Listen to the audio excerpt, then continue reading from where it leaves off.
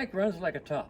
It feels really, really good. I enjoy riding it. It's a great bike, but it won't downshift into second and first reliably. Sometimes if I kick it up into third, then go down to second and first, I can get second and first. Next time I kick it up into 1, 2, 3, 4, and 3 and 4, but I can't get it to go down to second or first until it decides it wants to go down into second or first. Like right now, I'm in third and can't get it down into, right now it won't go down into second gear. And so I'm going to have to go into the transmission itself to find out what's happening. Maybe the shifter pulls are damaged or something like that.